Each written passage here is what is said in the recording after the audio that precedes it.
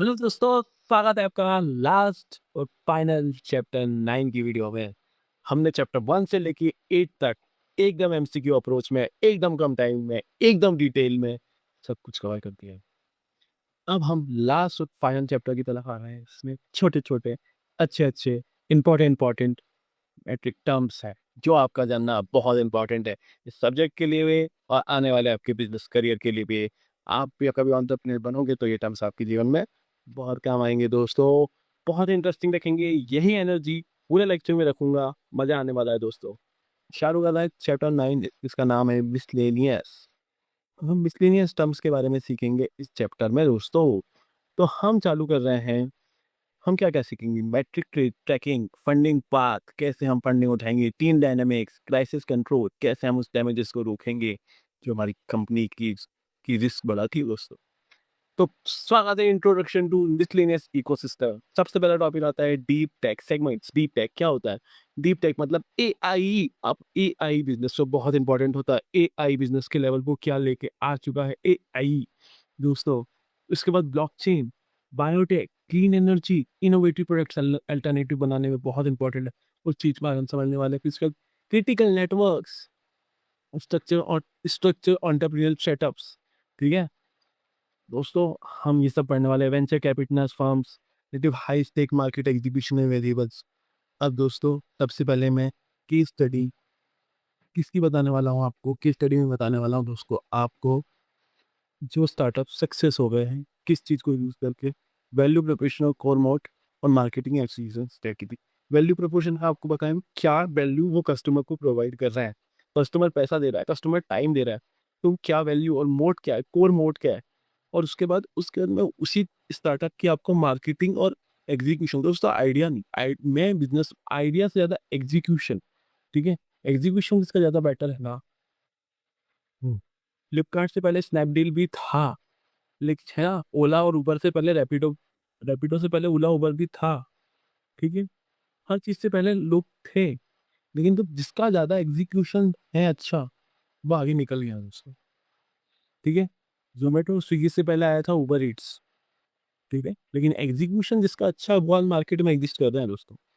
अब देखिए, बात करते हैं सब्जेक्ट की। अब मैं बात कर रहा हूँ क्रेडिट की। क्रेडिट ने क्या किया, मेंबर क्रेडिट, आपको पता है क्रेडिट कार्ड पेमेंट करने का एक वो उन्होंने क्या किया, टाइमली क्रेडिट कार्ड पेमेंट पे एक सिस्टम बनाया, जिससे क्या होता था, जिससे सिविल स्कोर इंप्रूव होता था दोस्तों, ठीक है। उसके बाद हमने एग्जीक्यूशन कैसे किया उस आइडिया को। उन्होंने क्या करा कि आपने देखा होगा रेड के अनिल कपूर नाच रहा है, ऐड आ रहा है और आखिरी में क्रेडिट लिखा जा रहा है। उन्होंने ह्यूमरस सेलिब्रिटी कैंपेन्स चलाए, ठीक है।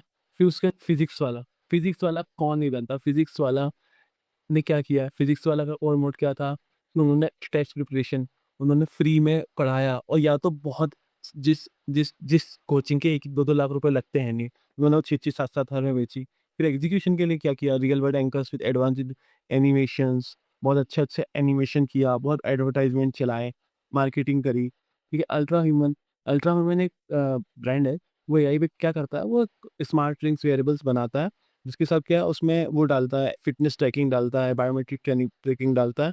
उसने ये सब चीज़ों करके वेरिएबल्स बनाया। उसने एग्ज़ीक्यूशन कैसे किया, उसने फिज़िकल इंटीग्रेशन के साथ एआई जोड़ दिया। एआई से जोड़ के उसने बता दिया आपकी स्लीप कैसी है, आप कितना दौड़ रहे हो, आपको कितनी फिज़िकल एक्टिविटी करनी चाहिए और आप कितनी कर रहे हो।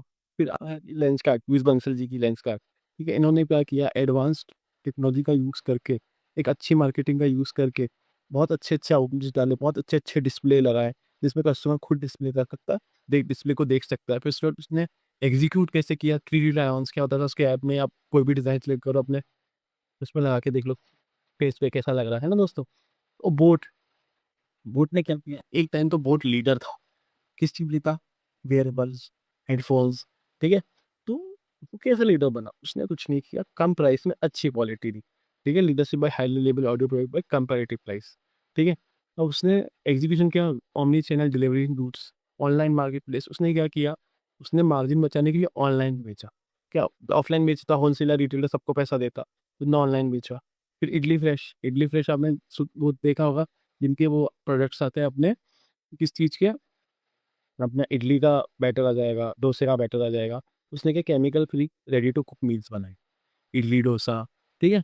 और कैसे एक्सपेंस किया, कैसे एक्सपांड किया, उसने बाहर भी एक्सपांड किसी के लिए किचन ऑपरेशंस, किचन डाले उसने अपने बाहर, रीजनल किचन डाले कि साउथ इंडियन किचन है, और वहाँ यूएई, यूएस, यू तक पहुँच गया। बाकी चुंबक है, वाव मोमो है, पेपर बोट है।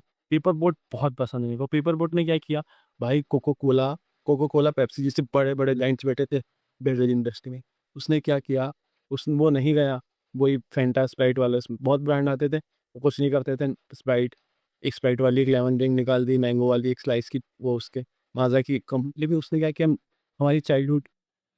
हाँ दोस्तों, मैं पेपर बोट की बात कर रहा था कि पेपर बोट ने कैसे हमारा नॉस्टैल्जिया, आम पन्ना, जीरा, जामुन, कोको कोला जैसे बड़े ब्रांड्स होने के बाद, और उसने एग्जीक्यूशन कैसे किया दोस्तों, एग्जीक्यूशन सिंपल, उसने पैकेजिंग अलग कर दी। 4 बॉटल कोको कोला पेप्सी की खड़ी अगर रखी, तो अगला बॉटल दिख रहा है स्टैंड आउट पाउचेस जैसे लिखा हुआ उसके, पाउचेस अलग ही मार्केट का काम करते हैं। ठीक है, और हमारे पास दोस्तों ये स्टैंडर्ड पाउचेस, फिर मैंने, अब मेन दोस्तों क्या हो जाता है, capital investment matrix and agents की बात हो जाती है। सबसे पहले मैं बात करूँगा बूटस्ट्रैपिंग। बूटस्ट्रैपिंग मतलब क्या होता है, बूटस्ट्रैपिंग मतलब एक कोई ऐसा स्टार्टअप जिसने अभी तक जितना पैसा उसमें लगा है, वो सिर्फ खुद से लगाया है, या तो बिजनेस से कमा के ही उसमें दोबारा लगा दिया, या तो फैमिली एंड फ्रेंड से लगाया।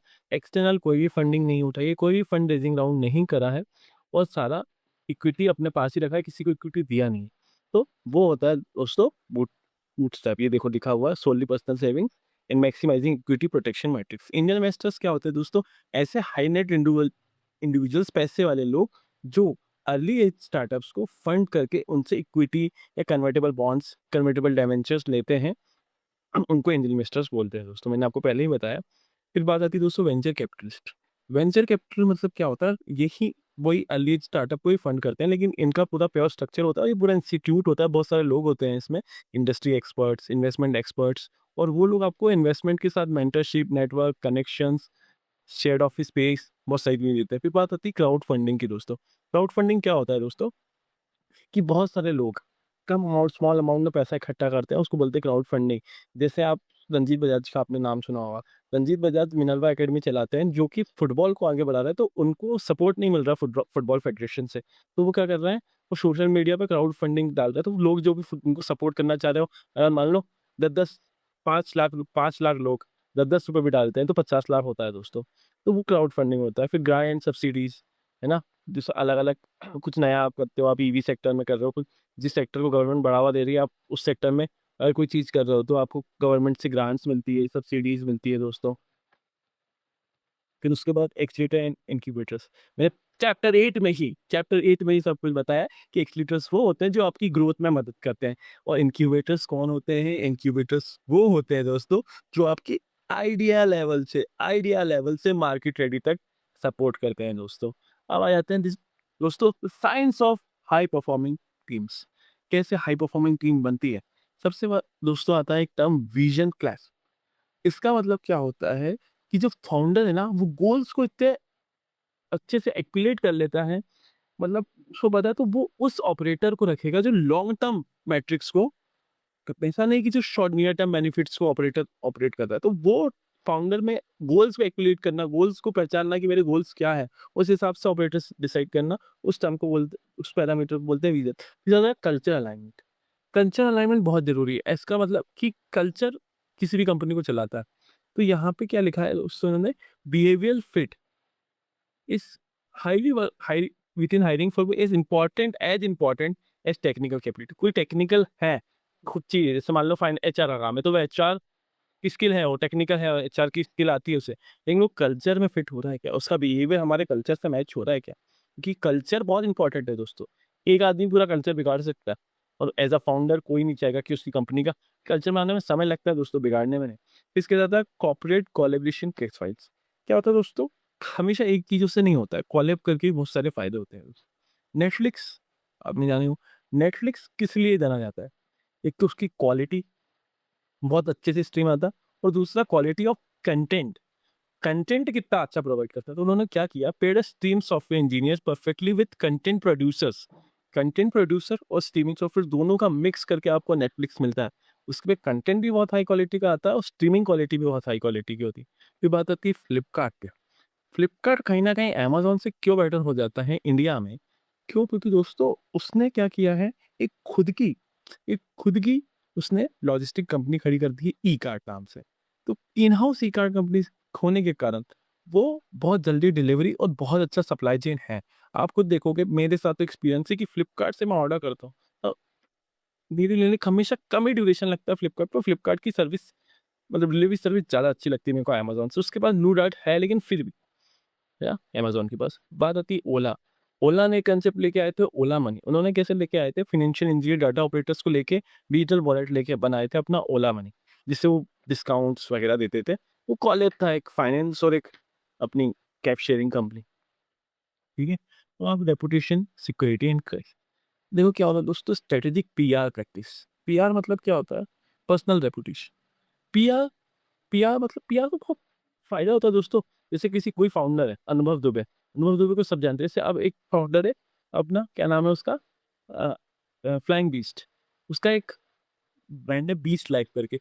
उसका फेस को सब जानते हैं, तो उसको कोई सेलिब्रिटी नहीं चाहिए, वो खुद ही, उसका फेस वैल्यू इतना ज्यादा है, तो उसके फेस वैल्यू के चक्कर में किसका ब्रांड है? फ्लाइंग बीस्ट का ब्रांड, ठीक है? जैसे एक टैग बनर है, उसका ओवरलेस ब्रांड है। तो उसकी खुद की पीआर, उसका खुद का चेहरा इतना इंपॉर्टेंट है, तो पीआर बहुत इंपॉर्टेंट। पर्सनल पीआर अगर आपका वो रहेगा, तो आपको छोटा सा ब्रांड भी आप निकालोगे ना, तो वो आपके नाम से चल जाएगा कि यार फ्लाइंग बीस्ट का ब्रांड है, टैग बनर का ब्रांड है, ठीक है? फिर इसके क्राइसिस काउंटर मेजर्स। अब क्या होता है, आपके अकाउंटेबिलिटी क्या दिक्कत आ रही है, उस हिसाब से हमें क्राइसिस कौन सा है उसके से counter, truth updates, accountability taking, ठीक है, कम्युनिकेशन। तो क्या कॉर्पोरेट में क्या दिक्कत आ रही है, उस हिसाब से हम क्राइसिस का फ्रेमवर्क बनाना पड़ता है कि ये आया तो इसको हम कैसे काउंटर कर पाएंगे। अब हिस्टोरिकल क्राइसिस असेसमेंट लिखा हुआ है इसमें कि कैसे पीआर चेक्स, कंपल्सरी एडवाइजरी, उबर ने जॉनसन जॉनसन बेबी का पाउडर तो सभी ने लगाया हुआ बचपन में, ठीक है? तो उन्होंने इनके क्या प्रॉब्लम आई और उन्होंने कैसे सॉल्व करी, मेरे नोट्स में दिए दोस्तों, ठीक है? ये आप पढ़ सकते हो, ठीक है? ये मैं पढ़ाने के टाइम वेस्ट नहीं कर रहा हूँ। अब स्टार्टअप कम्युनिकेशन इकोसिस्टम नेटवर्क्स क्या है कि स्टार्टअप में कम्युनिटीज बनी हुई है अलग अलग नाम से। मैंने 4-5 की एग्जांपल दिए हैं आपके लिए, जो इंस्टीट्यूट ने मुझे बताया। गूगल फॉर स्टार्टअप, ठीक है? इसमें क्या होता है, फिजिकल नेटवर्किंग हब्स मिलते हैं, इसके साथ आपको मेंटरशिप मिलती है, मतलब बहुत सारे इसमें फाउंडर्स कनेक्टेड है, तो आपका बहुत ज़्यादा नेटवर्किंग होगी ऐसी कम्युनिटीज ज्वाइन करके। इसके साथ है ग्रोथ मेंटर नाम से। इसमें क्या है, 600 plus validate product scale leaders, ठीक है? वो लीडर्स से आप मिलोगे, कंसल्ट करोगे, कंसल्ट का शेड्यूल सेट करोगे। जिन्होंने ऑलरेडी धंधा बना लिया है, उनसे सीखना हमेशा इंपॉर्टेंट होता है ना। जो आपको बिजनेस स्टडी पढ़ा रहा है, आपके स्कूल में पढ़ाता था, उसने कभी कुछ खुद बनाया ही नहीं। जिसने बिजनेस बना गया उसकी बुक्स पढ़ो, जिसने बनाया उससे सीखो ना। टीचर तो खुद प्राइवेट, जैसे आप स्कूल में बोल रहा था, तो आप प्राइवेट स्कूल में पढ़ रहे हो। ये जो बंदा खुद प्राइवेट स्कूल में नौकरी कर रहा है, वो आपको क्या बिजनेस करना सिखाएगा दोस्तों, ठीक है? अब बात आ जाती है प्रोडक्ट हंट। दोस्तों प्रोडक्ट हंट मतलब प्रोडक्ट हंट का नाम की कम्युनिटी। वो क्या करती है, launch pad tracking software offering daily base purely on organic चीज़ क्राउड। सो ठीक है, आपको वो launch pad tracking software offer करती है। लॉन्च पैड मतलब आप अपनी लॉन्च पैड मतलब आपको रोड मिल गई गाड़ी चलाने के लिए, ठीक है? अब लॉन्च कैसे करो, फिर स्टार्टअप ग्राइंड नाम से, ठीक है? ये क्या करता है, टेक फॉर्म इंक्रीज है, salt global tech firm increase tech tech tech related startups की मदद करता है दोस्तों ये, ठीक है? अब बात करते हैं एग्जिट स्ट्रेटेजी एंड लिक्विड। दोस्तों बिजनेस तो बना लिया, फंडिंग भी ले ली, इंक्यूबेटर्स भी ले लिए, उसके बाद हमने सब कुछ कर लिया, लेकिन इन्वेस्टर्स सिर्फ आपके बिजनेस में लाइफ टाइम तो कोई इन्वेस्टर नहीं रहेगा। उसको अपना पैसा 1 लाख का 10 लाख बना के निकलना है, क्योंकि फिर उसके बाद हो सकता है आपसे अच्छी अपॉर्चुनिटी मिल रही हो। तो एग्जिट स्ट्रेटेजीज भी तो देना पड़ता है ना, कि एग्जिट कैसे करेगा बंदा। तो एक्विजिशन मर्जर, ठीक है? एक्वायर हो रहे हो आप, पुल एसेट कहीं और जाना है, तो हो सकता है आप शेयर जो कंपनी एक्वायर करी उसको बेच कर आप निकल जाओ। ये एक स्ट्रेटेजी हो सकती है। उसके बहुत ऑफर, बहुत लोग इसी को यूज करता है। आईपीओ, आईपीओ में क्या, एक फ्रेश होता है और एक एफपीओ होता है, ठीक है? तो आईपीओ में क्या होता है, एक फ्रेश होता है, ठीक है, और बाकी लोग अपने शेयर लेके बेच के निकल जाते हैं दोस्तों, ठीक है? अब इनिशियल पब्लिक ऑफरिंग में यही आईपीओ लेके आया, आपने मार्केट में बेच दिया। आप फ्रेश ना लेके अपना जो पुराना माल है वो वापस लेके आ गए ऑफर फॉर सेल। तो क्या हुआ, जैसे मान लो मेरे पास 50% था मेरी कंपनी का, ठीक है? 50% मेरे पास था, 50% मेरे एक्सटर्नल जितने मेरे फंड रेज।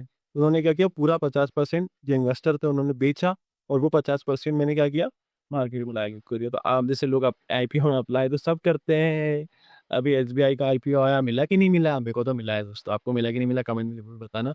तो वो क्या हुआ, जैसे एसबीआई की बात करूँ तो पूरा ऑफर खोलते थे, जैसे एग्जिस्टिंग इन्वेस्टर्स थे उन्होंने अपना माल किसको बेचा, अपन जैसे रिटेल इन्वेस्टर्स को, तो उनकी होल्डिंग अपने पास आ गई, वो अपना एग्जिट कर गए। फिर इसके बाद आ गया एम बी, मैनेजमेंट बाय क्या होता है कि इंटरनल मैनेजमेंट ऑफ पूल होता है, ठीक है। वो लोग क्या करते हैं, वापस आपसे पैसा ले लेते हैं, पैसा सॉरी पैसा देके आपसे शेयर ले लेते हो, समझ गए? मैनेजमेंट आपको पैसा देके आपसे वापस शेयर जो मार्केट में ऑलरेडी फ्लो कर रहे थे, मेरे ऑलरेडी मार्केट में एग्जिस्ट कर रहे थे, उसको मैं वापस ले आता हूँ, ठीक है ना? तो उससे क्या होगा, उससे क्या होगा, इन्वेस्टर के पास है मुझे मार्केट में इन्वेस्टर के पास जो है, उससे क्या होगा, उससे जो ऑलरेडी एग्जिस्टिंग इन्वेस्टर था उसको एग्जिट मिल जाएगा, समझ गया? फिर उसके बाद आ गया आईपीओ, कैसे स्टार्टअप ने आईपीओ लेके बेंचमार्क करा। अभी तो इसमें पुराने एग्जांपल दिए जो आपके इंस्टीट्यूट ने दिया, जोमेटो, नायका, पॉलिसी बाजार, ठीक है। लेकिन अब इनसे बड़े एग्जांपल ग्रो, ये भी एक स्टार्टअप था, कितना बड़ा अच्छा आईपीओ है, और फिजिक्स वाला कितना अच्छा आईपीओ, ठीक है। तो छोटे छोटे वो क्या नाम है अपना, अर्बन कंपनी, वो भी एक स्टार्टअप है, उसका भी बहुत अच्छा आईपीओ आया, क्रेजी आईपीओस, ठीक है। यही था उससे। Thank you so much. यहाँ पर मेरे पूरे के पूरे चैप्टर 9 के पूरे 1 to लेके 9 मैंने बहुत अच्छे, और नोट्स मैंने बहुत मेहनत करके बनाए दोस्तों। अगर आपको नोट्स चाहिए मैंने तो सब्सक्राइब करो, लाइक करो, मेरी मेहनत दोस्तों अच्छी लग रही होगी ना। अभी मैं आपको बताऊं, रात के 2:25 हो रहा है दोस्तों, ठीक है।